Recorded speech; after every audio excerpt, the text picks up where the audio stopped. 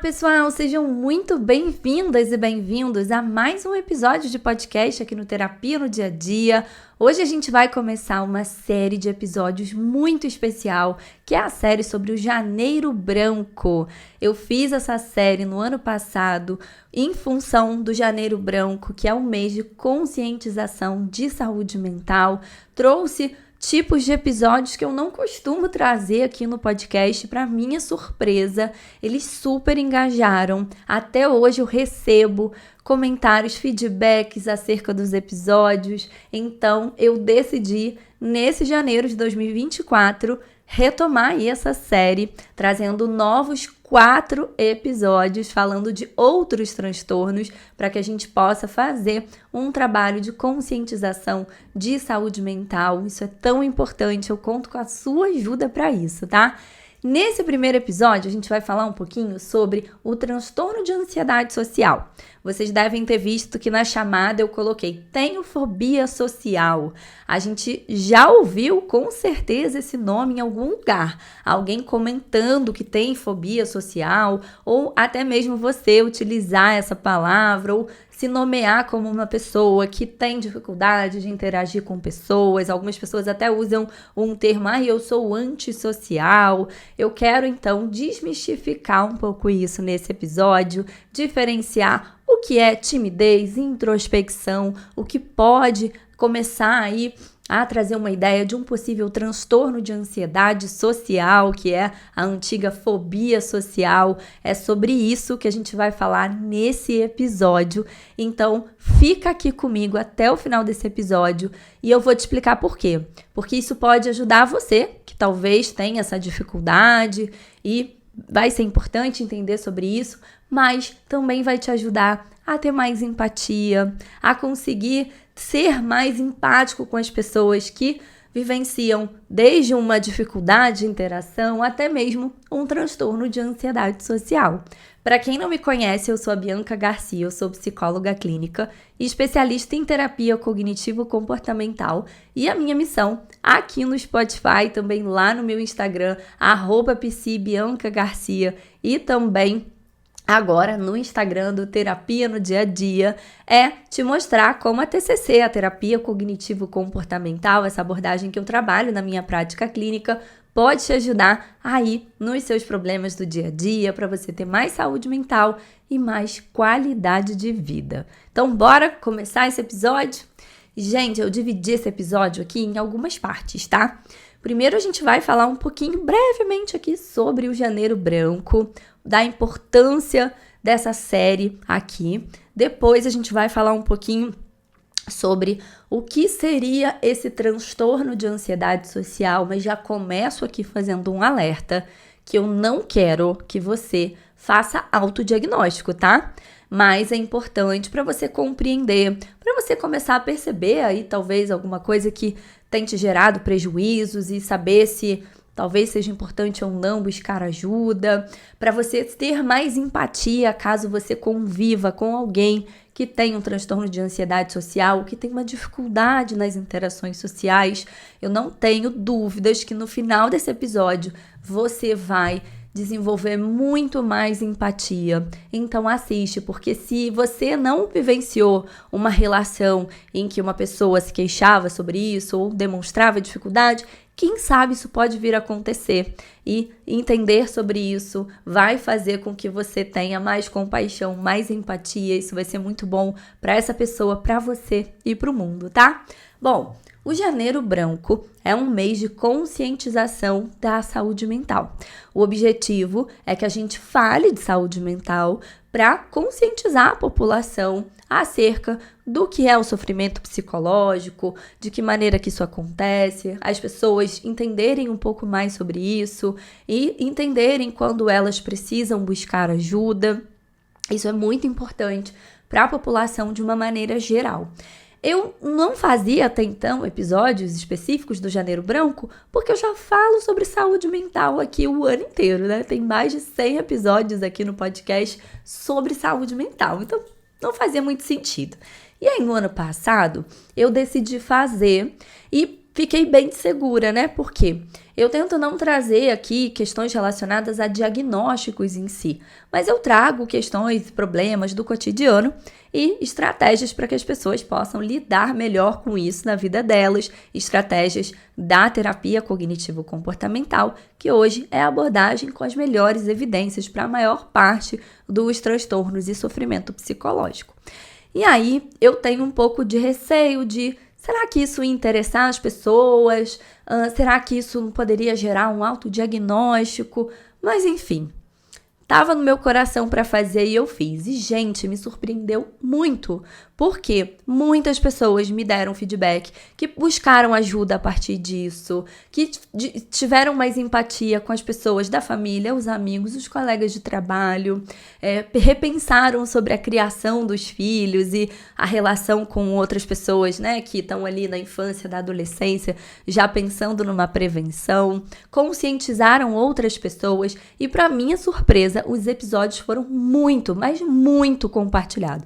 Assim, foi o segundo pico que eu tive de engajamento aqui no podcast. E eu fiquei bem surpresa. E até hoje eu recebo feedbacks de pessoas que foram buscar ajuda ou que vivenciam esses quadros que eu falei sobre pânico, falei sobre toque, falei sobre depressão, enfim. Foram 4 episódios focados aí em diagnósticos específicos.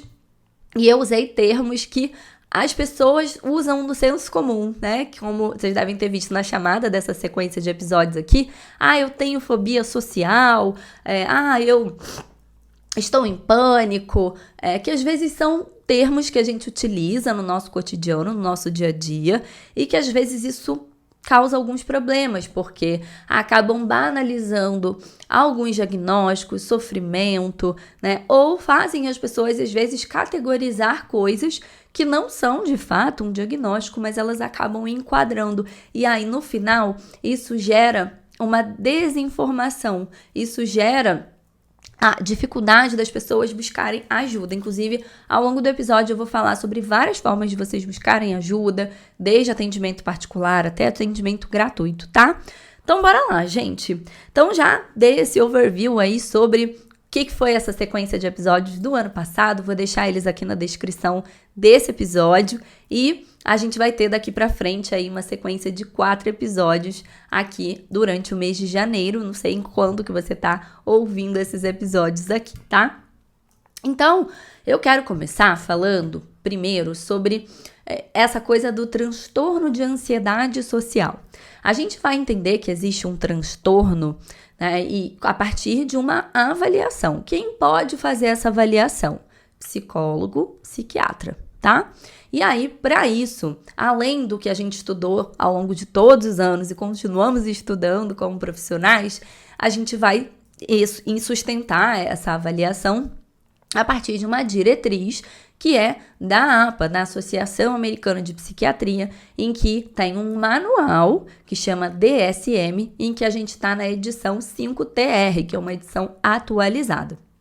Lá vai ter a descrição dos transtornos e dos critérios diagnósticos, porém, não adianta a gente ir lá e olhar nos critérios e falar: eu tenho isso, né? Quando a gente está começando a faculdade é muito interessante, porque a gente se identifica com tudo, a gente fala: meu Deus, eu tenho isso, acho que eu sou isso, acho que eu sou aquilo. É muito engraçado isso. Perdão, que eu estou com todas as ites aqui. Até atrasei a entrega desse episódio, que eu tava vendo se eu ia melhorar, porque a minha voz tá meio fanha aqui, mas eu falei: bora. Se alguém se incomodar com isso, peço já desculpas de antemão, mas eu tô aqui fazendo o meu melhor, viu? E aí, o que acontece? A gente tem esse manual, só que aquela descrição ali, né, de critérios, ela é algo que é importante, necessário, mas o profissional de saúde mental, ele vai conseguir entender isso dentro de um contexto, a nível de intensidade, frequência, diferenciar de um funcionamento que não está associado a um diagnóstico, mas de uma maneira geral, a gente tem lá um transtorno que é chamado de transtorno de ansiedade social, que no passado ele já teve um nome de fobia social. Tem alguns profissionais que ainda usam esse nome, não tem problema nenhum, tá? Mas só a título de curiosidade mesmo, porque de repente você vai ver uma coisa com o nome de fobia social e para você entender que a gente tá falando do mesmo assunto, tá bom? Bom, Então, esse transtorno, ele está dentro de um grupão de transtornos que a gente chama de transtornos de ansiedade. Dentro desses transtornos de ansiedade, a gente vai ter uns como ansiedade de separação, mutismo seletivo e outros, diagnósticos, mas os mais prevalentes e o que a gente acaba vendo mais na nossa prática clínica são os transtornos, o transtorno de ansiedade social, o transtorno de ansiedade generalizada, o TAG, tem episódio sobre isso aqui, vou deixar aqui na descrição, o transtorno do pânico, né, que foi um dos episódios aí da série do ano passado, o transtorno e as fobias específicas, tá? Que aí tem a fobia de avião, fobia de dirigir, fobia de barata, enfim, de sangue, tem diversas fobias, tá? E aí dentro desses transtornos de ansiedade, a gente tem o transtorno de ansiedade social. Já começo adiantando que os transtornos de ansiedade, eles são altamente comórbidos. O que é isso? Essa palavra é feia, mas é algo conhecido. Quando a gente tem mais de um diagnóstico, tá? Por exemplo, ter uma comorbidade. Então, a pessoa ela pode ter um transtorno de ansiedade social e ter também um transtorno de ansiedade generalizada, ou um transtorno por uso de substâncias, ou um transtorno depressivo maior. Isso é até o mais comum, porque às vezes um diagnóstico acaba levando à intensificação ou até o início de um outro diagnóstico. Então, por exemplo, uma pessoa que vivencia um quadro de ansiedade social não tratado, com auto-isolamento, que abre mão de muitas coisas na vida, ela pode vir a desenvolver um transtorno depressivo maior, ou ela pode vir a desenvolver um transtorno por uso de substâncias para conseguir lidar com essa dificuldade de interagir socialmente, mas que depois a gente vai entender que isso mais causa problemas e não melhora do que alívio, tá? Bom, então, gente, a gente vai ter aí esse transtorno de ansiedade social, tá? É muito importante a gente fazer o que a gente chama na psicologia de diagnóstico diferencial. O que é o diagnóstico diferencial, gente? É quando a gente vai ver ali algumas características que são semelhantes, né, que se sobrepõem muitas vezes e entender assim, será que isso não é uma outra coisa? Ou será que isso não é também outra coisa? E aí existem outras coisas que às vezes se confundem com o transtorno de ansiedade social, tá? Eu vou falar aqui bem por cima, senão a gente vai alongar muito nesse episódio. Como, por exemplo, o transtorno de ansiedade generalizada, em que essa pessoa ela tende a catastrofizar um pouco mais por ter um baixo limiar de tolerância a risco e incerteza, e normalmente coisas que são naturalmente incertas e, bom, interagir socialmente, ser amado, ser adequado, agradar, se desempenhar socialmente, são coisas que envolvem, né, uma certa realmente incerteza, né? Às vezes a gente pode ter ali alguma confirmação de que tá tudo bem, mas às vezes não, porque tá tudo bem ou tem algo passando dentro da cabeça da outra pessoa. E como é que a gente vai saber o que passa na cabeça de outra pessoa, não é mesmo? Então, isso pode se confundir. E outros grupos também de transtornos, né? Então, alguns transtornos de personalidade, transtorno do espectro autista, que está dentro da categoria dos transtornos de neurodesenvolvimento, que vão ter coisas parecidas. Mas, para além de diagnósticos, muitas vezes se confunde também com uma timidez natural, que não é nada patológica, ou com um traço de personalidade ali, né? Como uma introspecção. Então, a gente vai falar aqui, vou falar primeiro das características do transtorno de ansiedade social e depois eu vou falar também sobre outras coisas ali que talvez a gente pode estar chamando aí de um transtorno que não necessariamente é um transtorno e que ainda assim, mesmo não sendo um transtorno, pode, de certa forma, gerar um nível de sofrimento e prejuízos clinicamente significativos na vida das pessoas, tá bom? Então, vou aqui, de novo, não faça autodiagnóstico, tá bom? Tudo depende do contexto, da frequência, da intensidade, da combinação de fatores, tá bom? Mas só um geralzão para De repente, se você se identificar e se isso te gera sofrimento, não tá conseguindo lidar sozinho? Bora buscar ajuda. Afinal, vou falar para vocês sobre formas de buscar ajuda, tá bom? Inclusive gratuitas também. Então, vamos lá, gente.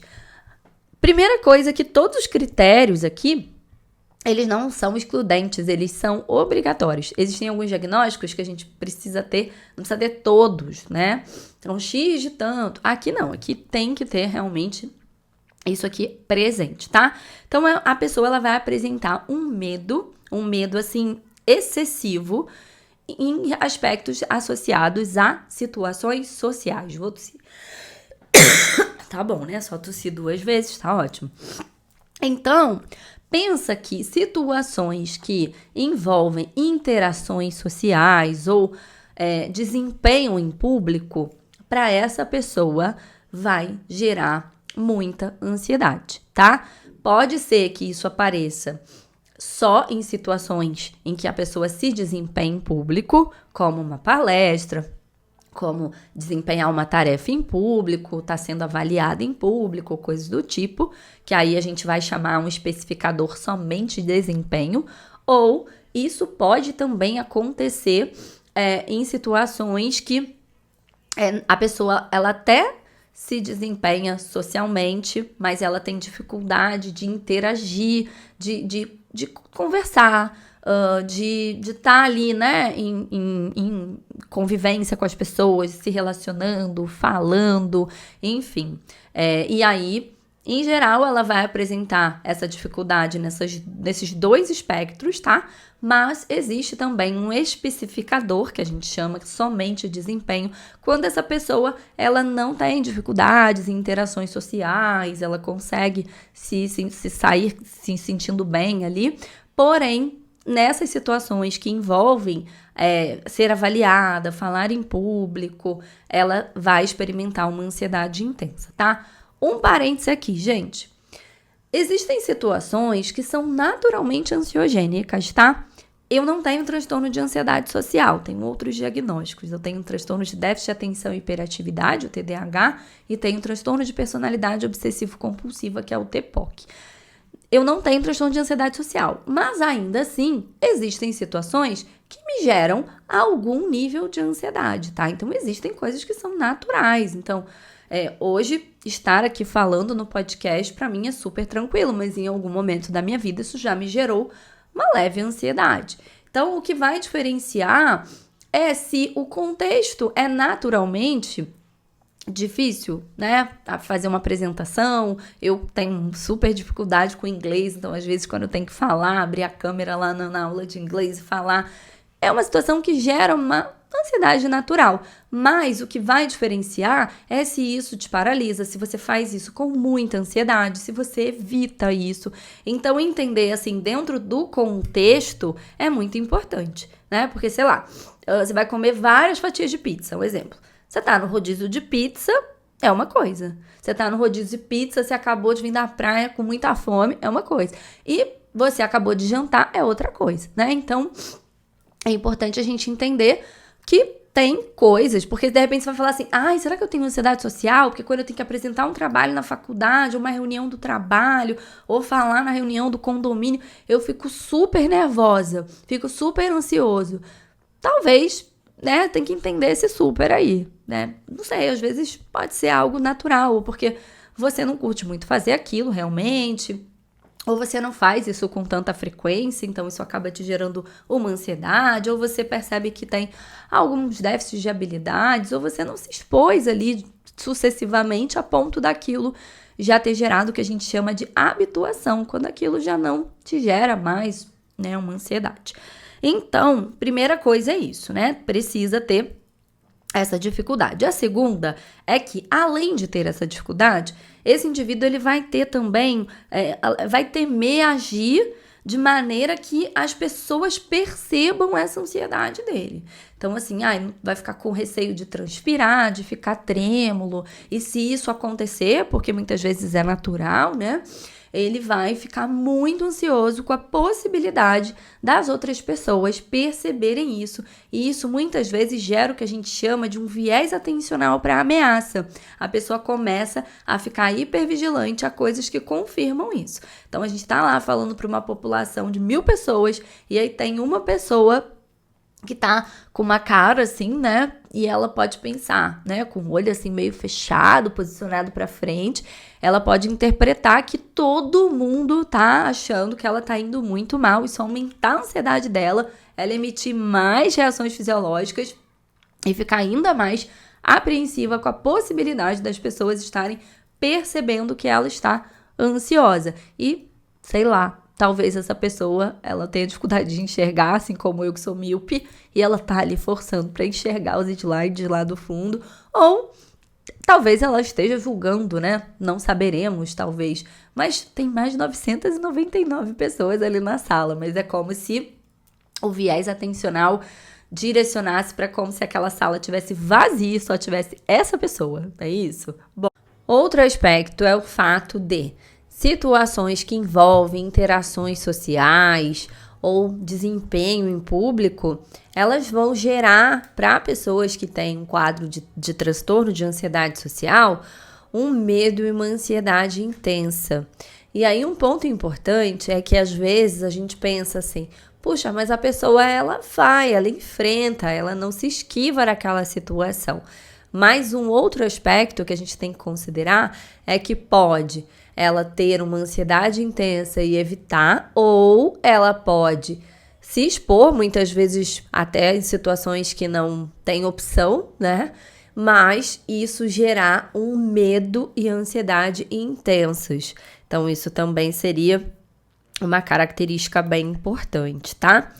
Outro aspecto aqui é que esse medo e essa ansiedade em relação a interações e situações que envolvem interações sociais e também desempenho público, elas são desproporcionais. Lembra que eu falei lá no início do episódio que tem algumas situações que elas são naturalmente ansiogênicas.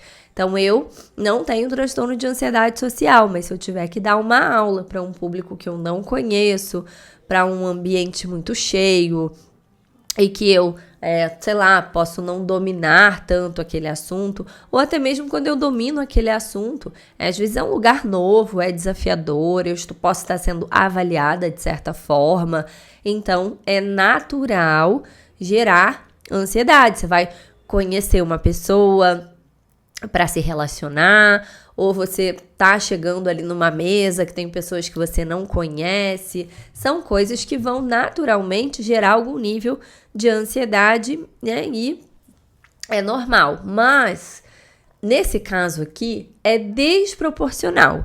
Então é um pouquinho acima essa intensificação dessa ansiedade diante desses eventos, mais do que o natural ali daquela situação. Outro ponto também é que esse medo, essa ansiedade ou essa esquiva, né, essa evitação, vai causar o que a gente chama na psicologia de um sofrimento clinicamente significativo. O que é um sofrimento clinicamente significativo? Que vai causar prejuízos no funcionamento dessa pessoa em diversas áreas da vida, nos relacionamentos, no trabalho, né, na vida dessa pessoa como um todo, tá? Então, isso é um critério que, além dessa pessoa experienciar essa ansiedade, esse medo diante dessas situações, ela vai acabar, muitas vezes, tendo prejuízos clinicamente significativos, principalmente por uma tendência a se esquivar, ou quando ela tenta ou precisa fazer essa exposição de uma maneira não guiada, né, como uma hierarquia de exposição, como a gente trabalha em terapia com esses pacientes, ela acaba, de certa forma, tendo muito sofrimento associado, e isso causa prejuízos na autoestima, no funcionamento, em uma série de coisas, né? Mais uma tosse. Esse medo e ansiedade não pode ser consequência de efeitos fisiológicos, por exemplo, de substâncias, né? Então, uma alteração ali que gera uma ansiedade intensa por conta de um abuso de uma substância, um medicamento ou de alguma outra condição médica, tá? Então, a gente vai ter que, na nossa prática clínica, a gente vai fazer uma avaliação completa para tentar entender se essa ansiedade, ela é característica de um transtorno de ansiedade social ou se isso pode estar associado a outras condições, né? Ou até mesmo a outros transtornos, como a gente falou aqui no início da nossa aula, tá?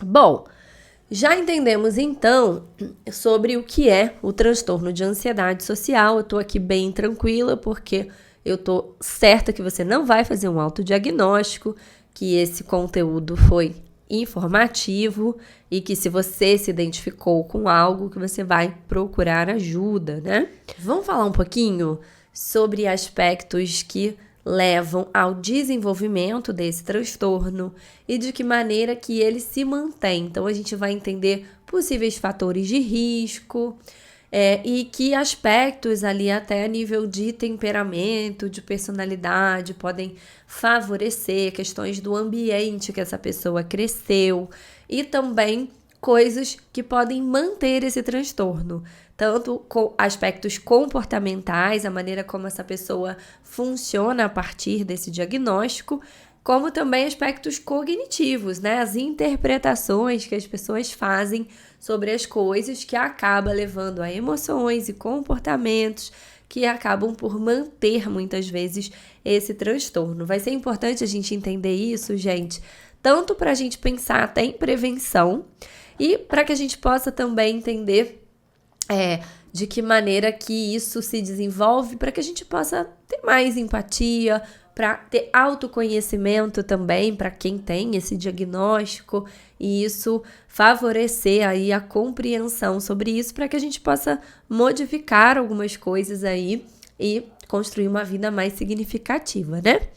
Então, vamos começar falando um pouquinho sobre um tema que eu adoro falar, que é a questão da psicologia evolutiva, né? A questão da evolução das espécies. Então, essa coisa da gente, independente da gente ter um transtorno de ansiedade social ou não, da gente querer ser aceito, da gente querer se sentir confortável ali diante dos nossos pares, né?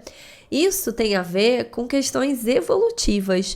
Vamos fazer aí, né, uma retrospectiva, vamos pensar lá nos nossos ancestrais, né? Imagina só a galera que vivia lá na época lá das cavernas, né? Então, a gente pensar que fazer parte de um grupo não era só uma questão social, tinha a ver também com você se sentir protegido, você se sentir ali fortalecido nesse grupo, então tinha a ver com a nossa sobrevivência. E aí eu já falei para vocês aqui em alguns episódios de podcast sobre o nosso cérebro ser um cérebro antigo. Esse cérebro antigo, ele ainda funciona a partir desse funcionamento.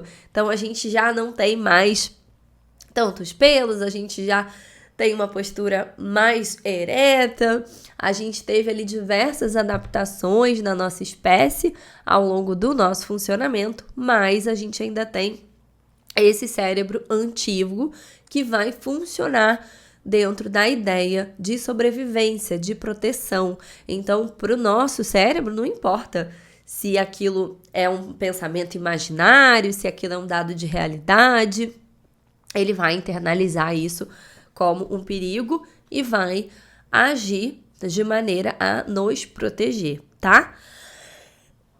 Mais uma tosse. Então, primeira questão aí é a gente compreender sobre isso, tá? Outra coisa é a gente pensar, né, agora falando um pouco de como a coisa se mantém, né?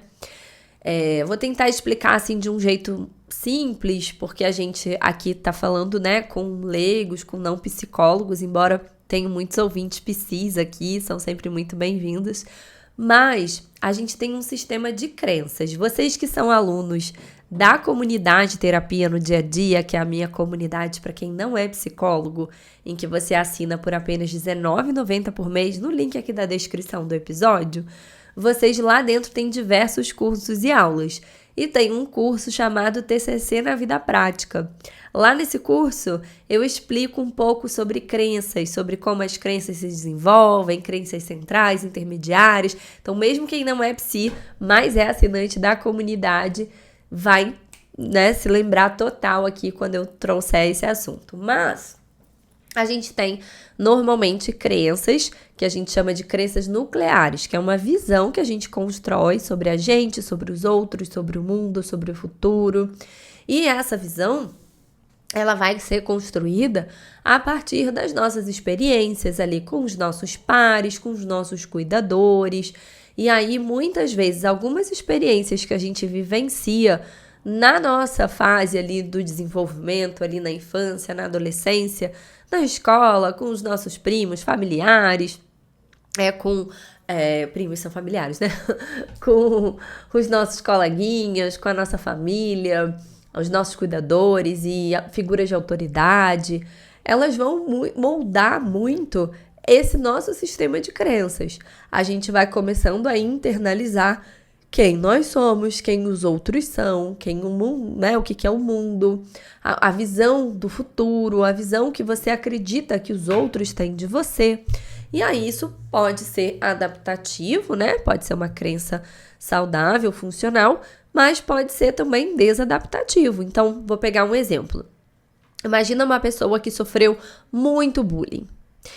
Ela tem uma referência sobre quem ela é. Talvez ela tenha uma crença, eu sou inadequado, os outros são melhores do que eu, os outros são perigosos, né? Eu devo me isolar, eu nunca vou conseguir fazer parte de um grupo, eu nunca vou ser aceita. A pessoa pode crescer com essa crença, ou um ambiente em que os cuidadores às vezes verbalizavam isso para essa criança, para esse adolescente, ou que não faziam isso, mas também não estimulavam ali o senso de autonomia, às vezes faziam tudo pela criança, então não deixar a criança se virar ali, né, de fazer um pedido, de ter que pedir, de verbalizar alguma coisa para alguém, acabava, né, intercedendo ali, interferindo nessa comunicação, ou até sinalizando, alertando sobre a criança estar sendo inadequada, ou sobre os outros estarem reparando, julgando. Olha, veja o que os outros vão pensar de você. Olha, você não pode fazer isso, porque, olha, você vai me constranger.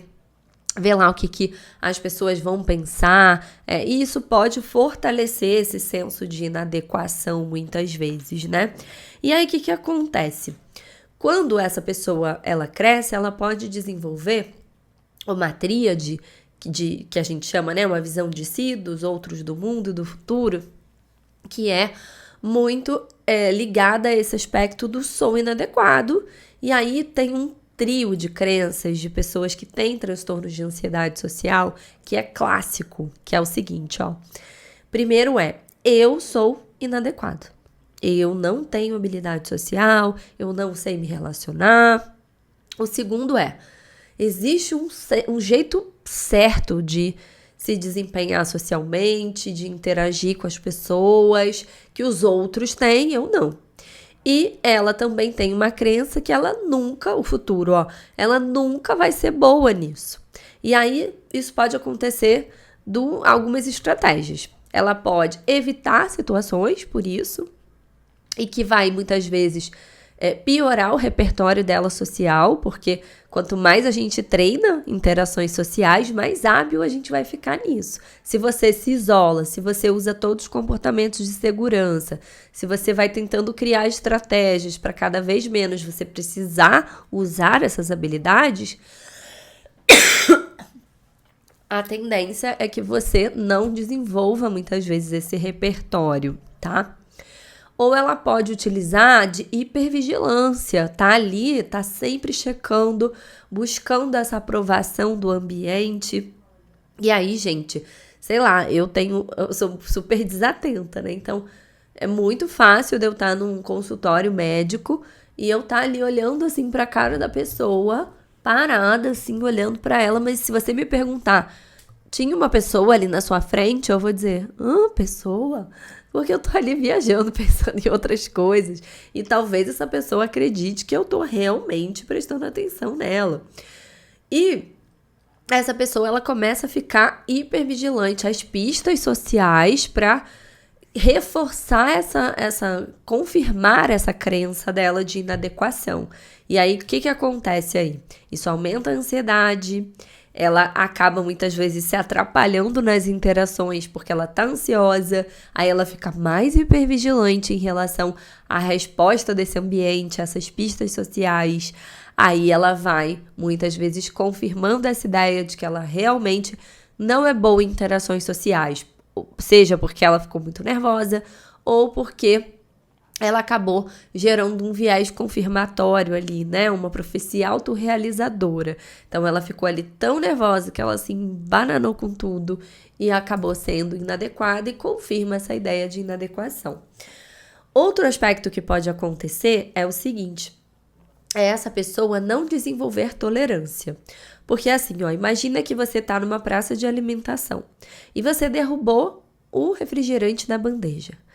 É natural que as pessoas olhem para você, talvez alguém dê risada, e você, obviamente, vai, de alguma maneira, ficar constrangido. Só que se você vivenciar essa situação e no dia seguinte você vê que assim, o que isso mudou na sua vida? Né? O sol nasceu, o shopping fechou, o shopping abriu e a vida seguiu e isso não mudou em absolutamente nada na sua vida. Se você não se expõe a essas situações, você não desenvolve essa tolerância. Então, muitas vezes, por não se expor, a gente não aumenta esse limiar de tolerância. Não no sentido de que assim, eu vou derrubar o refrigerante, eu não vou ficar ansioso, ninguém vai rir. Não, porque a gente não tem controle sobre essa variável. Pode ser que alguém faça um olhar doce pra você, mas dentro da cabeça dela tá pensando, nossa, que pessoa estabanada, hein? Meu Deus do céu, que horror, que vergonha e tal. E pode ser que alguém dê risada, mas que ela não esteja te julgando, ela só ficou surpresa e achou engraçada aquela situação, mas isso não quer dizer que ela achou engraçada, que ela te julgou, que você é horroroso, que você faz tudo errado, que você está estabanado. Enfim, a tendência é que quem tem esse tipo de crença acredita que o mundo vive em função dela, né? Teve uma vez que eu atendi um caso que a pessoa, ela dizia que quando ela entrava no transporte público, todo mundo olhava para ela. E aí algumas coisas que a gente foi descobrindo ao longo do tempo, né? Que às vezes as pessoas olham mesmo, eu olho, né? Eu perguntar para vocês olham? Eu também olho. Outra, não era todo mundo. E a apreensão, né, dessa pessoa ao entrar no transporte público era tão alto que, assim, até chamava a atenção das pessoas para as pessoas olharem, né? E ainda assim, né, você vai ver essas pessoas de novo? Que isso vai mudar na sua vida. Porque a sensação que a gente tem é que a gente é o centro das atenções, né? Mas não é bem assim. Muitas vezes as pessoas, assim, desculpa, mas as pessoas não estão nem aí pra gente, né? E aí a gente precisa observar isso. Teve uma situação que aconteceu comigo que foi bem engraçada. Eu tinha ido para São Paulo com meu filho para ele fazer um trabalho. E aí uma pessoa da produção foi buscar a gente no aeroporto. E aí essa pessoa que foi, ela foi com um carro de alguém da produção e ela era recém-habilitada. E aí no estacionamento do aeroporto foi super fácil dela entrar na vaga, só que depois isso foi bem cedo, o estacionamento foi enchendo e aí foi complicando um pouquinho para ela tirar o carro da vaga. E aí, quando eu entrei, né, no carro, ela já sinalizou que ela era recém-habilitada, que ela tava ali, que o carro não era dela. E eu falei, não, tudo bem, não tem problema e tal. E daí, quando ela foi tentar retirar o carro, sabe aquela coisa assim, que a gente tem que ir pra frente um pouquinho, volta pra mim, volta um pouquinho, volta, assim, que a gente vai manobrando ali, assim, na unha pra conseguir sair, porque tinha uma pilastra e tinha um outro carro que era muito grande, que tava impedindo de abrir esse ângulo para fazer a manobra, o que é super difícil para qualquer pessoa, mesmo uma pessoa muito experiente, teria dificuldade com isso. E aí, essa pessoa começou a ficar muito nervosa. Quanto mais nervosa ela ficava, mais dificuldade ela ia tendo de sair da vaga. E as pessoas que, vou te contar, né? Começaram a buzinar, gritar. E isso deixou a pessoa mais nervosa ainda. E aí teve uma coisa que eu falei, que até há pouco tempo eu a reencontrei. Ela falou, nossa, mas aquilo foi tão importante que você me disse. Que foi uma coisa que eu percebi que ela estava nervosa. E aí, às vezes, a gente ficar tentando falar e acalmar a pessoa, a gente deixa a pessoa mais nervosa. Eu só fiz uma pergunta para ela. O quão importante eram essas pessoas para ela e se ela ia encontrar essas pessoas mais uma vez na vida dela. E o que isso mudaria, né? Na verdade, foram algumas perguntas. E ela deu uma risada e falou, é mesmo, né? E por um bom tempo ela falou, é verdade. Porque é verdade.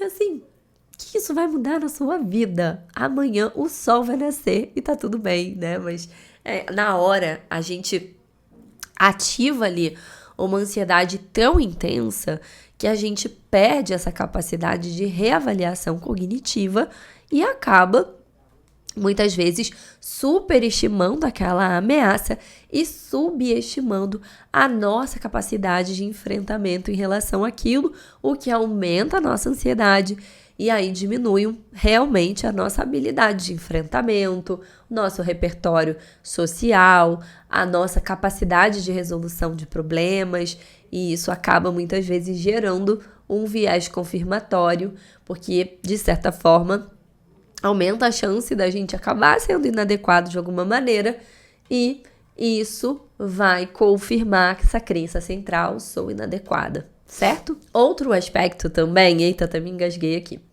é a questão da ansiedade. Quando a gente interpreta essas situações superestimando essa situação e subestimando a nossa capacidade, aquilo parece mais difícil do que é e a gente menos capaz de enfrentar. E isso aumenta a nossa ansiedade. E aí, o fato da gente experienciar essa ansiedade parece que torna aquilo mais real de perigoso, sabe? E aí é o que a gente chama de uma heurística emocional, que é, se eu tô me sentindo ansiosa, é porque isso é perigoso. Mas a gente pode sentir ansiedade diante de situações que não são reais. Se você agora lembrar uma situação de perigo que você viveu no passado, talvez isso ative a sua ansiedade agora, mas não necessariamente você está em perigo e essa situação está acontecendo. Quantas vezes a gente está assistindo um filme, eu grito, eu xingo, sai daí, o que tá fazendo aí? Eu não acredito. Eu acredito que aquilo é real. E aí sempre tem alguém que fala assim, ei, isso é só um filme. Ou seja, aquilo passa a ser muito real, porque dispara uma emoção. E aí, por sentir essa ansiedade, o seu cérebro não vai muitas vezes fazer essa diferenciação. Ele vai, do mesmo jeito, né, que a gente fala que é top-down e bottom-up. A gente tem um pensamento, isso vai gerar uma emoção também faz o caminho inverso, tá? Bom, tem mais coisas aqui em relação a fatores de origem, gente. Então, a gente já falou sobre essa questão dos cuidadores, dos nossos pares, né? Do bullying, às vezes figuras de autoridade que constrangem a gente, né? Eu lembro quando eu era criança, tinha uma menina que na época eu fazia, não sei se era catecismo, acho que era alguma atividade assim quando eu era criança, e era isso, aí tinha uma atividade que tinha que fazer uma leitura lá na missa e tal, e aí tinha uma menina que ela tinha tanta ansiedade, e aí forçavam ela a fazer isso, e isso era pavoroso para ela, né? Então imagina o quanto que ela se sentia ansiosa e aí a pessoa chegava a verbalizar assim que ela não tinha que ficar nervosa. Pensa, como é que não fica nervosa, gente, numa situação dessa, né? E aí agora ela tinha várias preocupações, imagino eu, né? De se desempenhar bem naquela tarefa, de não transparecer que ela estava insegura e de não ficar ansiosa. Como faz, né? Muito difícil. E imagina que isso, de alguma maneira, pode gerar uma crença nessa pessoa. Não necessariamente vai, mas pode, a partir dali, ela ficar mais hipervigilante diante dessas situações, ela ficar mais focada ali em sinais, pistas sociais que confirmam essa ameaça, e ela pode muitas vezes acabar perdendo ali, né, habilidades de repertório para que ela possa ir se desenvolvendo aí nessas questões sociais, né? Bom, outro aspecto aqui também que pode aparecer são o que a gente chama de disputas de papéis. Então, quando essa pessoa muda de ambiente social, sabe aquelas coisas assim que às vezes as pessoas mudam de escola muitas e muitas vezes, de cidade, e aí assim, adolescentes já começam a se organizar em grupos, né? Então, muitas vezes elas precisam se reinserir, ser aceita de novo naquele grupo, e o quanto isso vai muitas vezes inibindo essa vontade, né? Essa motivação de interagir, isso vai gerando mais isolamento, e aí muitas vezes isso pode até transparecer, que essa pessoa ela é estranha, ela é isolada. E isso vai gerando ali outros problemas, né? Isso não é uma regra, mas isso pode acontecer. Outro aspecto também, questões relacionadas a aspectos sociais. Então, às vezes, você fazer parte de um grupo que tem, né, uma adequação social ali muito diferente, e essa pessoa ela se sentir inadequada e achar que ela é inadequada por ela ser diferente daquele grupo por alguma questão, seja por questões culturais, sociais, econômicas, enfim, diversas coisas, né? Outro ponto aqui é a questão temperamental, que a gente chama de alguns traços ali, um neuroticismo ou uma baixa extroversão. Existem ali alguns inventários, né, que são aplicados por profissionais de saúde mental, que vão avaliar alguns fatores de personalidade. E tem pessoas que têm um neuroticismo mais elevado, que é uma visão mais negativa das coisas, tendem a ser mais ansiosos, e um traço ali, né, uma baixa extroversão também. Então, isso também pode favorecer, mas isso, volto a dizer, quando a gente pensa, né, em saúde mental, em transtornos, a gente sempre vai pensar em aspectos multifatoriais, porque nós somos seres biopsicossociais. Então, a gente vai ter aspectos biológicos, psicológicos, ambientais, sociais, enfim. Bom, outro aspecto também, falando já nessa parte bio, a genética, né? O que a gente tem na literatura é que pessoas que têm parentes de primeiro grau, que têm transtorno de ansiedade social, têm de 2 a 6 vezes mais possibilidades de ter o transtorno, seja por aspectos de herdabilidade, como também por próprio modelo, né? Essa pessoa, a gente aprende muito através dos modelos, da maneira as pessoas aprendem na medida que os outros funcionam, ou pelo que dizem para ela o que é o mundo, quem é ela, quem nós somos. E aí pensa que um indivíduo que já tem um transtorno de ansiedade social e que não trata esse transtorno, ele pode verbalizar muitas crenças, regras, pensamentos, pressupostos que vão muitas vezes ser internalizados também por essas pessoas que crescem ali naquele ambiente, né? Além dos aspectos, obviamente, associados à genética. Questões culturais, né, gente? Algumas culturas, elas vão ter ali coisas diferenciadas, né? A gente não precisa nem ir muito longe. Eu morei um tempo em São Paulo, eu sou carioca, moro no Rio, a vida inteira no Rio, mas passei algumas temporadas morando em São Paulo por conta do trabalho do meu filho, e eu já vi ali até uma diferença, né? Que eu já sou mais de chegar, de abraçar, de dar 2 beijinhos, né? Carioca dá 2 beijinhos, às vezes 3 beijinhos. Paulista não. Então, a gente tem ali já algumas diferenças e a gente tá falando ali de 2 estados assim, ó, coladinhos, né? Mas, enfim. Isso vai ter alteração aí. Tanto, né, a nível do país, como também em outras culturas de outros países, tá? E aí é até importante a gente considerar esses aspectos culturais, porque às vezes algo que num local é visto como, entre aspas, né, assim, dentro da norma, e no outro já não. Então isso vai ser um fator aí bem importante. Bom, Rapidinho aqui sobre diagnóstico diferencial, tá? No final eu vou dar algumas dicas aí também, mas dicas não substituem tratamento, tá? Já vou falar sobre isso. De uma timidez normal, tá, gente? Gente, a timidez, ela não é um traço patológico. As pessoas patologizam isso, mas a timidez não é patológico, tá bom?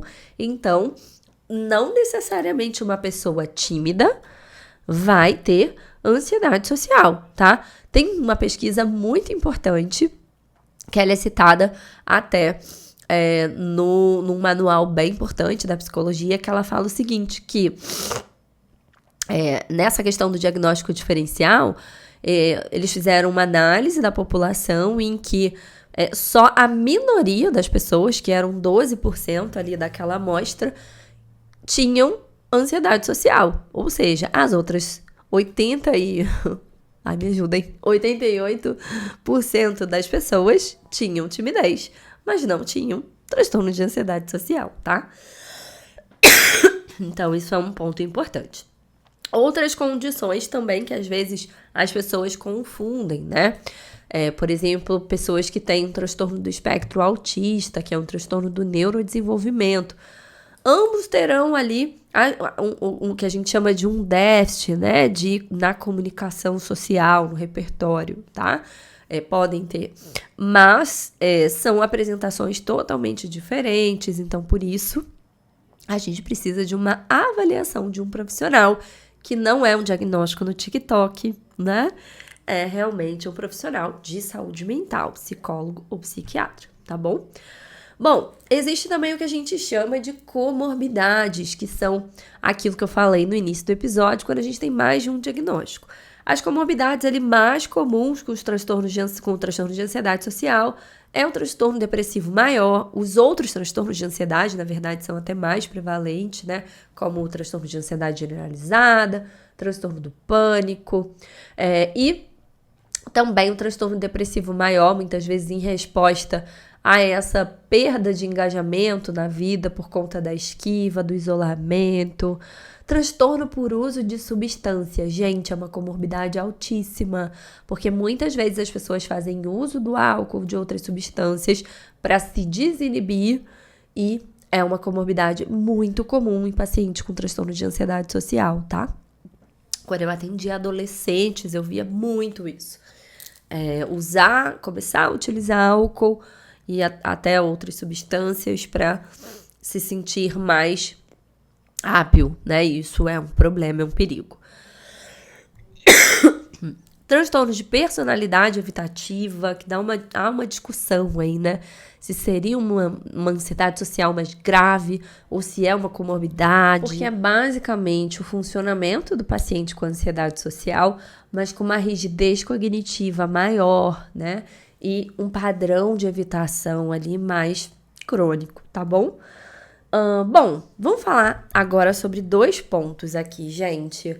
Vamos falar um pouquinho sobre tratamentos e até onde vocês podem buscar tratamento, caso você tenha o diagnóstico e não trata, tá? Caso você tenha se identificado e volto a dizer, não faça autodiagnóstico, mas se você tá em sofrimento, se você se identificou aí, de você fazer uma avaliação, né? O que a gente tem hoje de melhor evidência de tratamento por transtorno de ansiedade social é a terapia cognitivo-comportamental. A gente tem aí, então, dentro do trabalho da terapia cognitivo-comportamental, a gente vai fazer a psicoeducação, que é basicamente o que eu fiz aqui com vocês, né? Entender sobre o funcionamento, sobre o que mantém, fatores de origem, sobre o diagnóstico.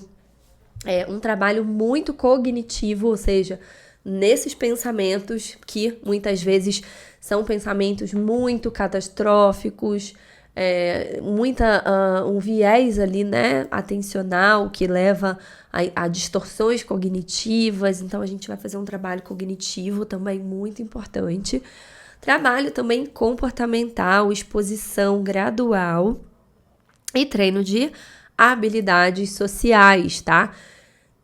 Tem casos que a pessoa tem habilidade social. Quando a gente vai fazer um treino de habilidade social no consultório, né, no atendimento online, a pessoa tem repertório, só que ela por conta dessas crenças e dessa ansiedade intensa que ela experiencia nas interações sociais, ela não consegue usar.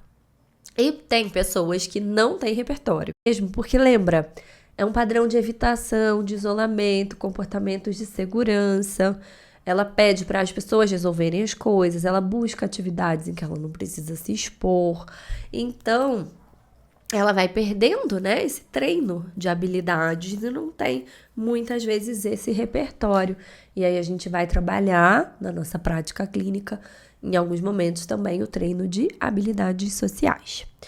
E também trabalhar a aceitação. Porque, gente, olha só, não ser gostado, ser inadequado, pode ser que a gente seja em algum momento, pode ser que a gente não seja, mas como é que a gente vai saber se a gente foi ou não, né? Porque, e se as pessoas pensaram, como você vai saber? Então, de certa forma, a gente vai precisar aceitar que a gente não vai ser adequado o tempo todo, que a gente não vai interagir todas as vezes de maneira impecável, né? É que quem tem ansiedade social tende a ter essa crença, lembra? Que as pessoas têm um repertório e que eu não tenho e que eu nunca vou aprender, tá? Só que não é bem assim. E em alguns casos, a gente vai pensar também num tratamento combinado com farmacoterapia, através, né, de uma prescrição feita por um psiquiatra, tá? Mas não são todos os casos, isso vai ser avaliado ali pelo profissional. Bom, vamos lá. Eu tenho algumas dicas aqui, mas antes eu quero lembrar que essas dicas não são tratamento, embora são muitas estratégias até que a gente trabalha, mas não substitui o tratamento. E que se você tá vivenciando aí um quadro que tá te gerando ali uma incapacitação, que está te gerando prejuízos, busque ajuda, tá? Talvez essas dicas até te ajudem, tanto como um complemento, ou até, né, infelizmente, nem todas as pessoas conseguem atendimento. Então, entre não ter atendimento e não ter nada e ter essas dicas, né, talvez isso te ajude de alguma maneira, mas nunca vai substituir um tratamento psicoterápico, tá bom? Bom, primeiro quero falar aqui onde buscar ajuda, tá? Vamos lá. Atendimento particular. Aqui na descrição do episódio tem um link com a lista das psis que eu supervisiono, tá? As psis que estão ali coordenadas e supervisionadas por mim. Todas elas são incríveis, então sempre recomendo só clicar no link, tá? Lá tem valores de sessão, tem o Instagram delas para vocês conhecerem o trabalho, se elas atendem online, presencial, tem todas as informações.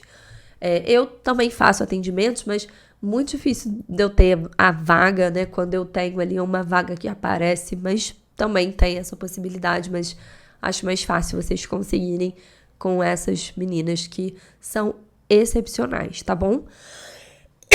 Bom, Bianca, mas eu tô sem grana pra fazer terapia agora. Tá, vamos lá, vamos chegar até o atendimento gratuito, tá? Plano de saúde. Tanto para você tentar reembolso, alguns planos oferecem ali reembolso parcial, né, enfim. Ou para você buscar atendimento pelo plano também, tá? Elas aqui só atendem em particular, mas tem profissionais lá credenciados no plano que vocês podem agendar. Bianca, mas eu estou sem plano, estou sem grana para pagar terapia, estou sem plano. Vamos lá, que tem solução também. A gente vai, além do que vocês talvez já saibam, né? Mas talvez não, porque tem muita gente que não sabe. Postos de saúde, eu já trabalhei em postos de saúde, atendia o mesmo atendimento, óbvio que tinha uma redução ali no tempo, às vezes tem uma fila de espera, né? Mas postos de saúde, clínica da família, todo esse serviço, né, do SUS ali de saúde mental, mas que muita gente não sabe, clínicas, escolas de universidades e cursos de pós-graduação.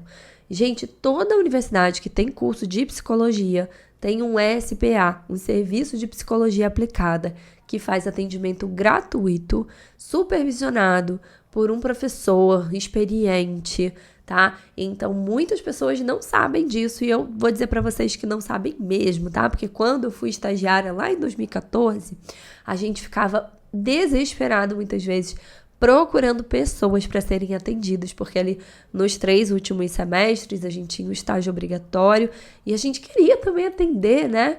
E olha, mas são pessoas que ainda não são formadas e tal. Gente, eu vou falar por mim, tá? Eu, por ser estagiária, eu anotava até a respiração do paciente. E eu tive uma supervisora na época que era sensacional, uma profissional incrível.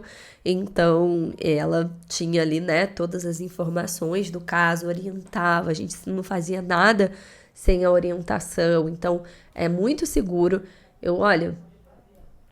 Os profissionais deveriam se capacitar, fazer supervisão clínica, mas às vezes as pessoas não fazem. Então, muitas vezes pode ser até mais seguro do que um profissional que já é formado, que não faz cursos de extensão, que não estuda, né, de maneira autodidata, que não faz uma supervisão clínica. Você talvez esteja em mãos melhores, tá? Agora vamos lá nas dicas. Trouxe muitas dicas. Olha, tá gigante aqui. Vou tentar acelerar que já passamos de 1 hora de episódio. Bom,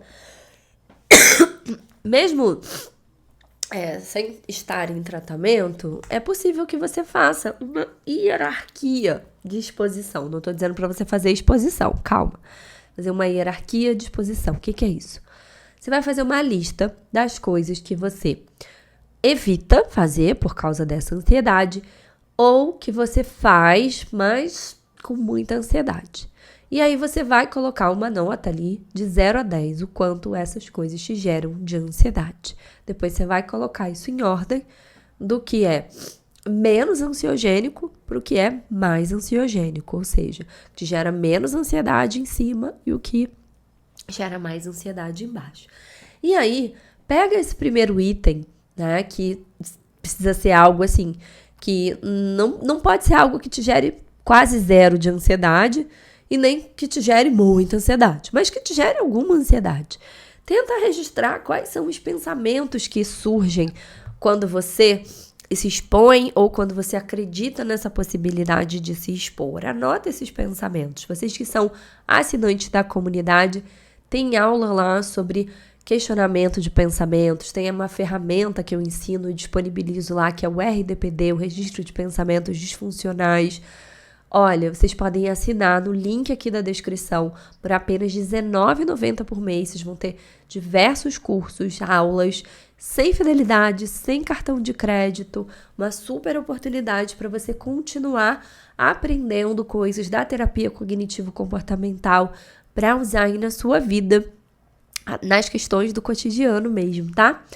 E aí você, depois de registrar esses pensamentos, faz um exercício, assim, eu gosto de chamar de expectativa e realidade, né? O que pode acontecer de pior? E o que pode acontecer de melhor? E o que é mais provável que aconteça, né? Então, o que pode acontecer de pior? Nossa, eu vou derrubar a bandeja na praça de alimentação lotada, todo mundo vai rir de mim, vai apontar pra mim, vou virar meme. Tá. O que pode acontecer de melhor? Não vai acontecer absolutamente nada. Ou não tem ninguém na praça de alimentação, né? E o que é mais provável? Né? Olha, que mais provável que tenha gente. Pode ser que elas prestem atenção em mim ou não.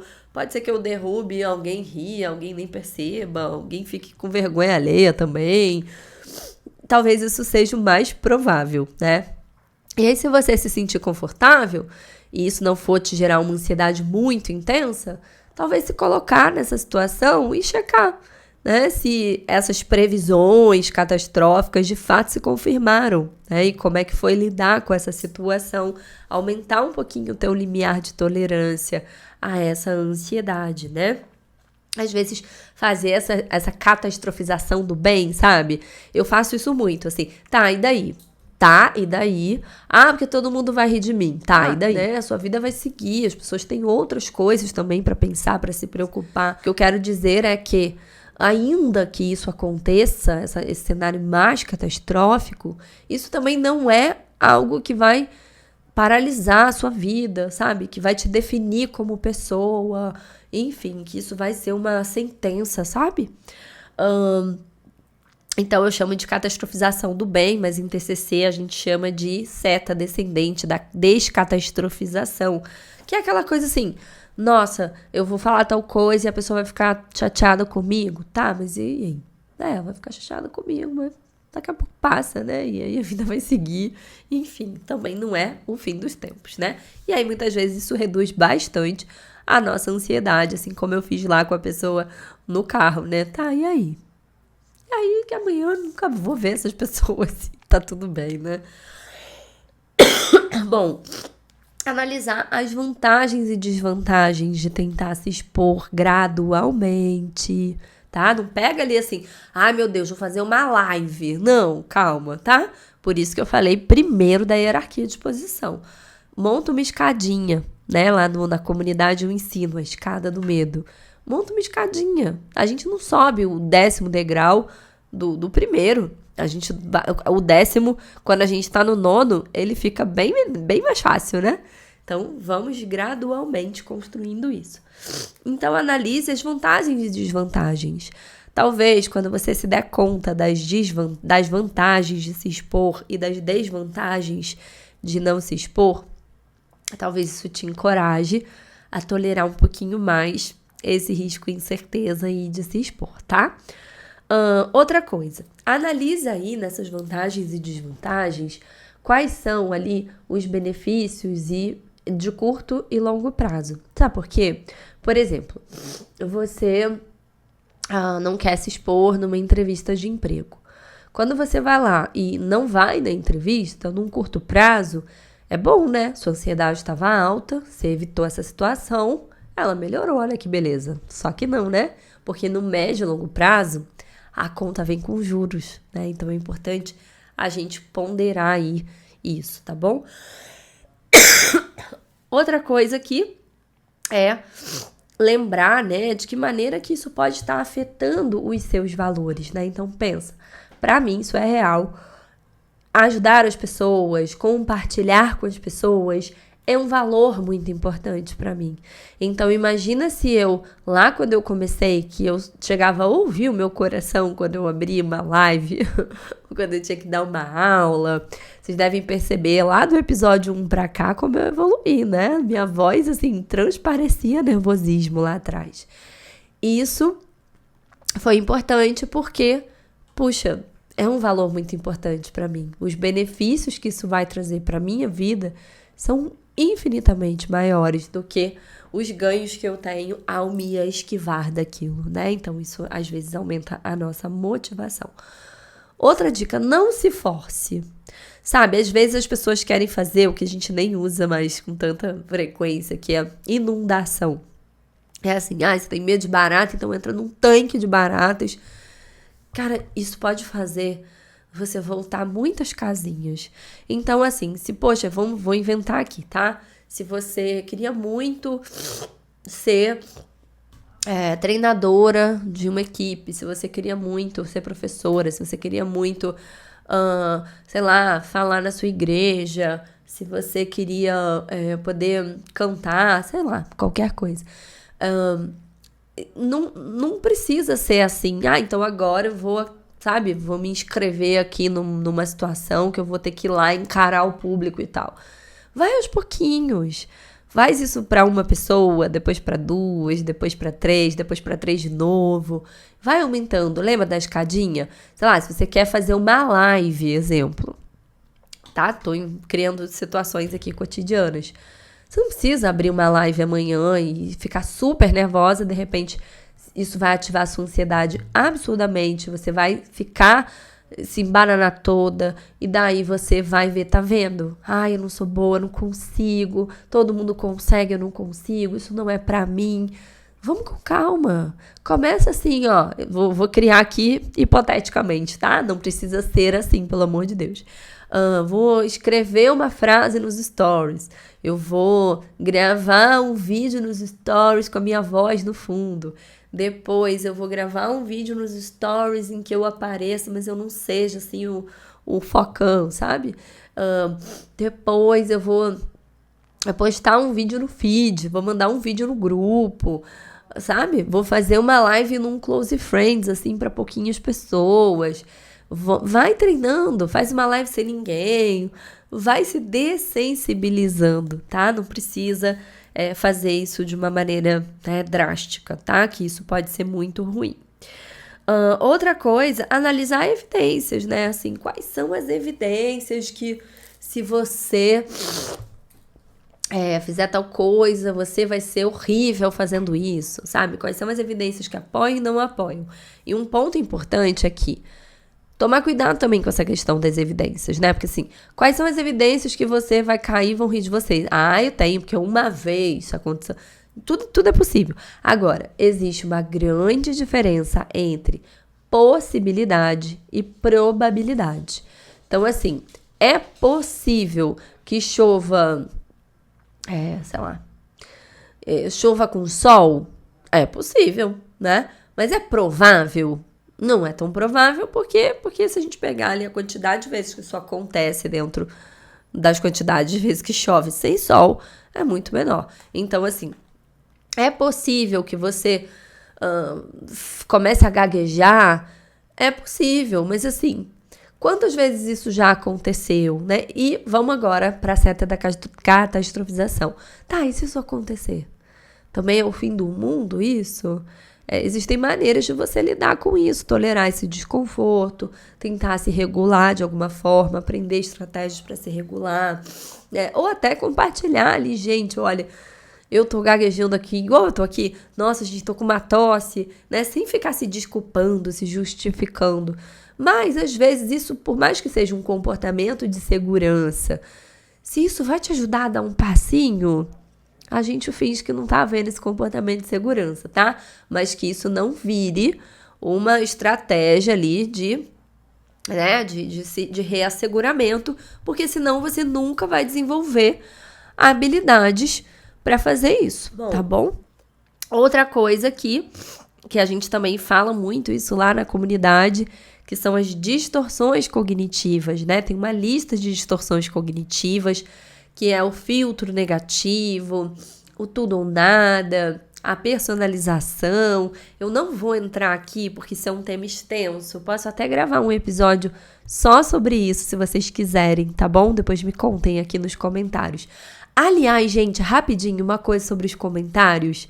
Gente, às vezes vocês me mandam perguntas. Eu não consigo responder. Não dá a opção de eu responder. Então, olha, se eu não te respondi algum dia aqui no Spotify, juro pra você, porque não dá essa opção. Eu só tenho a opção de ver e aceitar a solicitação pra ficar ali nos comentários, tá? Então, só pra você saber que se você me mandar uma pergunta, eu não vou conseguir te responder, desculpa. Fica de olho que eu tô sempre abrindo caixinha lá no meu Instagram, @psibiancagarcia. Me manda por lá, então, se for uma pergunta, quando tiver a caixinha aberta, tá? Aqui eu amo quando vocês comentam, vocês interagem, vocês compartilham coisas de vocês. Só cuida pra não compartilhar uma coisa muito pessoal, porque as pessoas veem, né?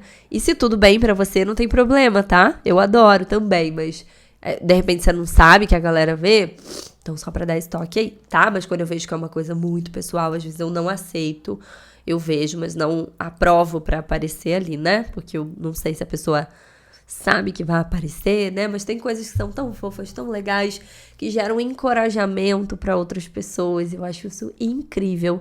Então, mandem muitos comentários, reflexões, tá? Ideias. É muito legal. Eu olho todos, todo dia.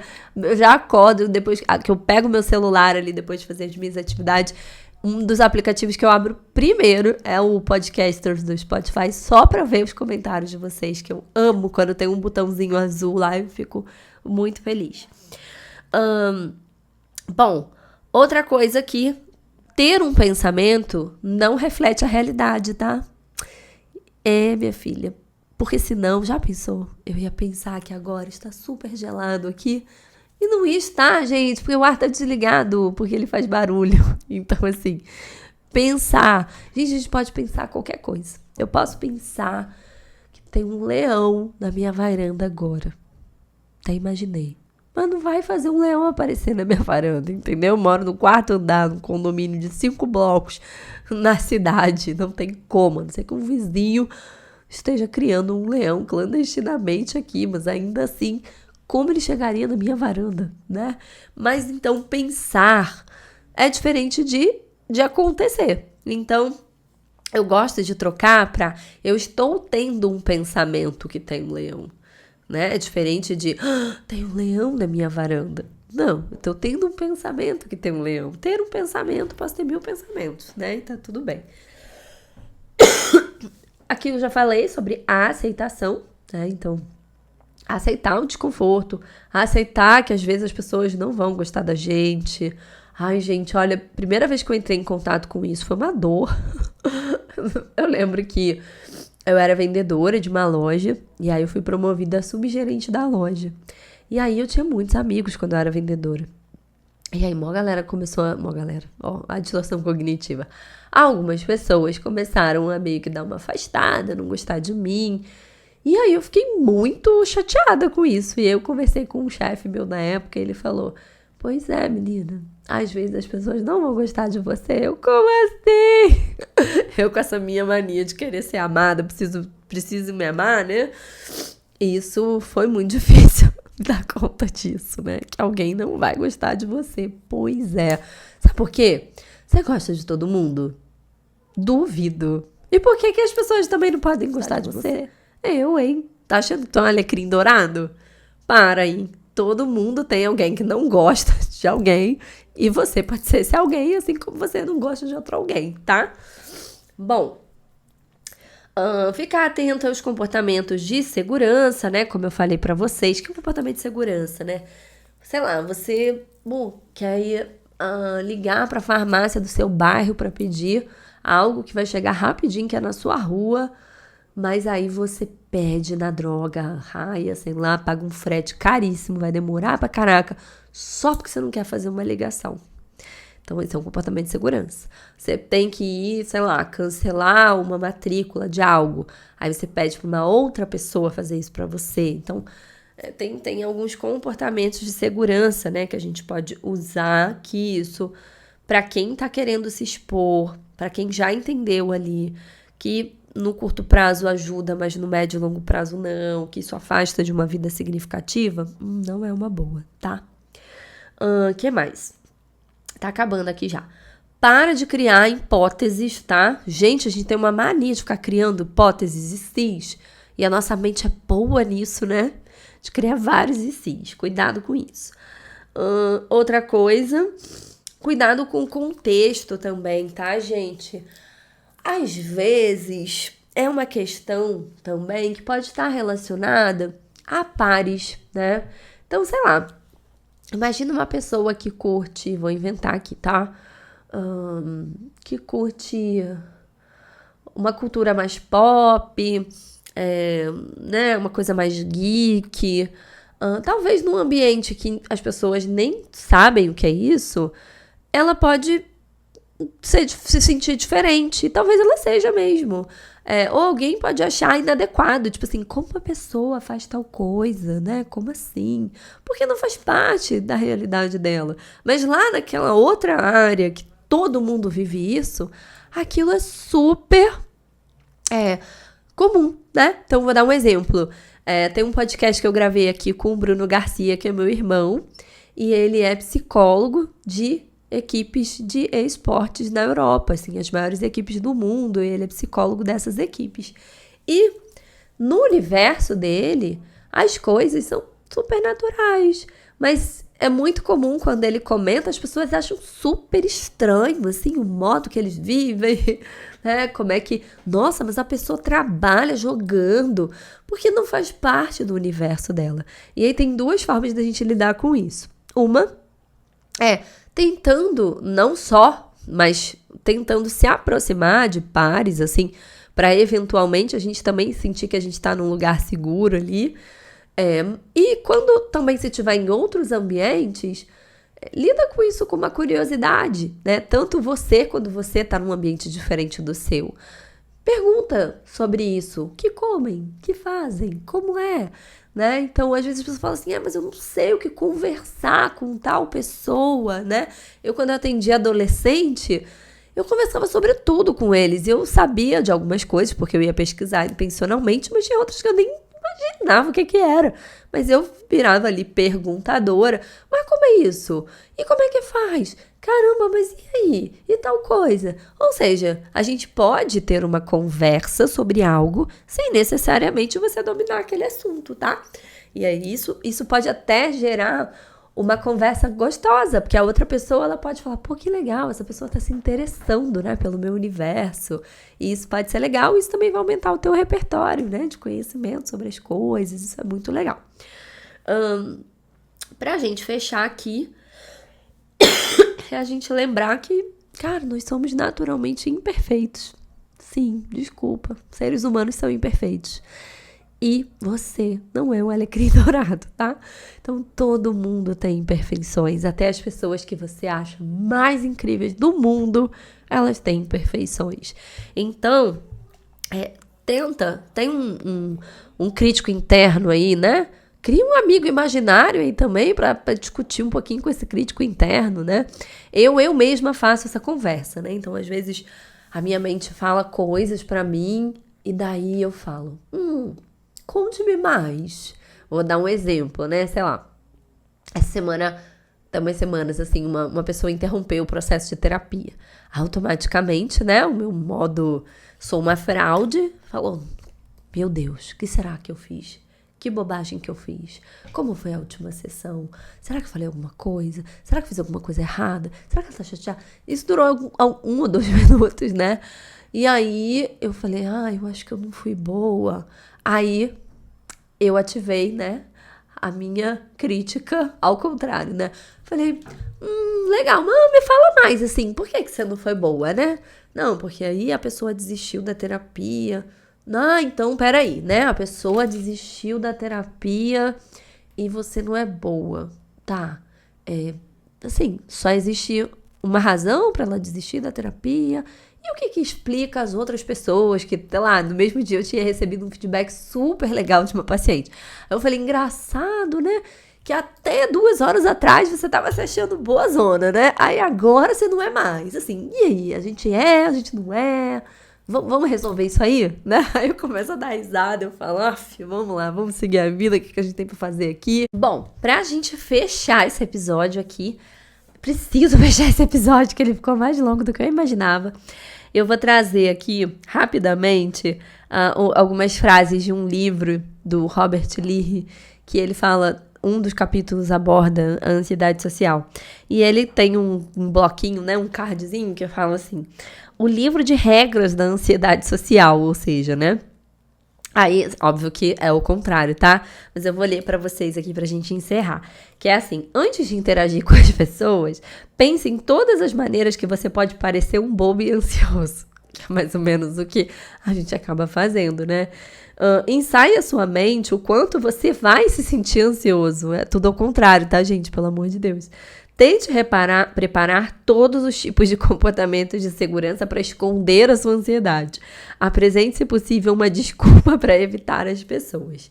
Quando estiver junto com as pessoas, presuma que elas podem ver todo sentimento de ansiedade e pensamento que você tiver.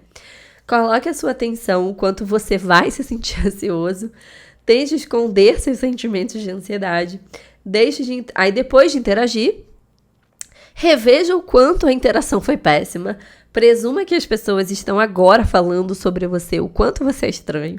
Enfoque todos os sinais de imperfeição presentes no modo que você se apresentou e critique a si mesmo por não ter tido um comportamento perfeito. É engraçado, mas é basicamente o que a gente acaba fazendo, né? Então, eu quis trazer isso. Depois você pode ouvir essa parte de novo com calma, para vocês lembrarem disso aí na hora que vocês estiverem nas interações sociais e, obviamente, tentarem fazer a ação oposta, né? Gente, é isso. Desculpem o episódiozão, é que é um tema muito extenso e eu queria trazer desde o diagnóstico até o tratamento e algumas dicas. Eu espero de verdade que esse conteúdo tenha te ajudado. Se esse conteúdo te ajudou, me ajuda a fazer essa corrente do bem.